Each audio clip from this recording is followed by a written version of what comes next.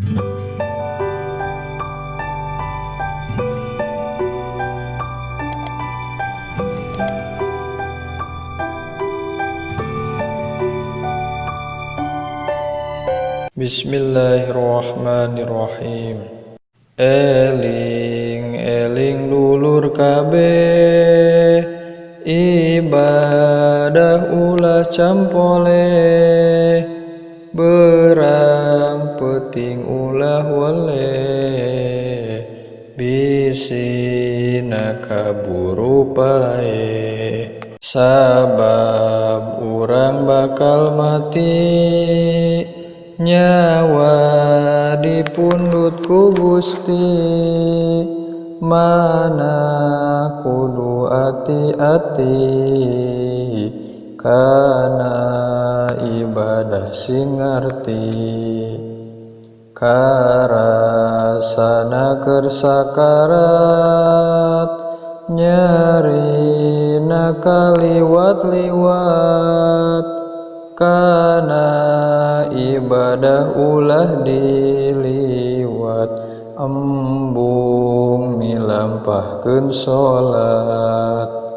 Kaduhung kaliwat langkung, henteu nyembah kanu agung, sakarat nyarina kalangkung, urang teh teu meunang embung. Urang bakal dilungsur ku sifat Ghafur, malaikat nu ngalungsur, aduh abdi palalaur. Masya Allah matak gelar, di akhirat kabeh gelar, tina pakuburan ngencar, karumpul di alam mahsyar.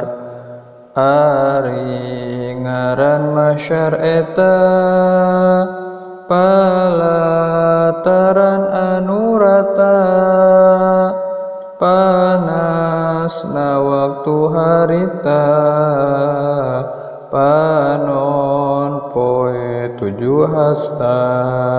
Henteu aya iuh-iuh, pikeun urang tempat nyuuh, salawasna ge pakewuh, nguping naraka ngaguruh.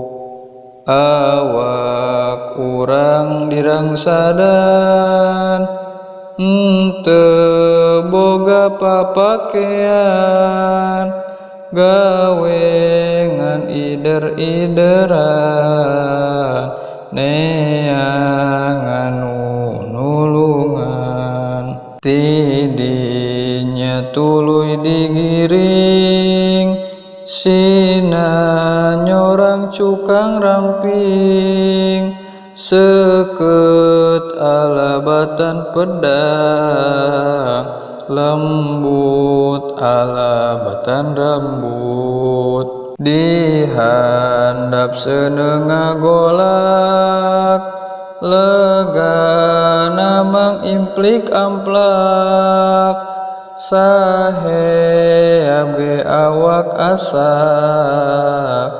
seueur anu tingkoceak. Kafir jeung fasik ngaromong, bener nabi teh teu bohong, geuning ayeuna katembong, ngan urang anu bedegong. Bare tomah teu percaya, sugan teh ngan ukur beja, ayeuna mah teu sulaya, pahala siksaan aya. Aduh indung aduh bapa kutan teh kieu karasana jadi jalma nu doraka kudu asup ka neraka elingkeun ieu pitutur ka sakabeh dulur-dulur elingkeun siksaan kubur urang teh ulah takabur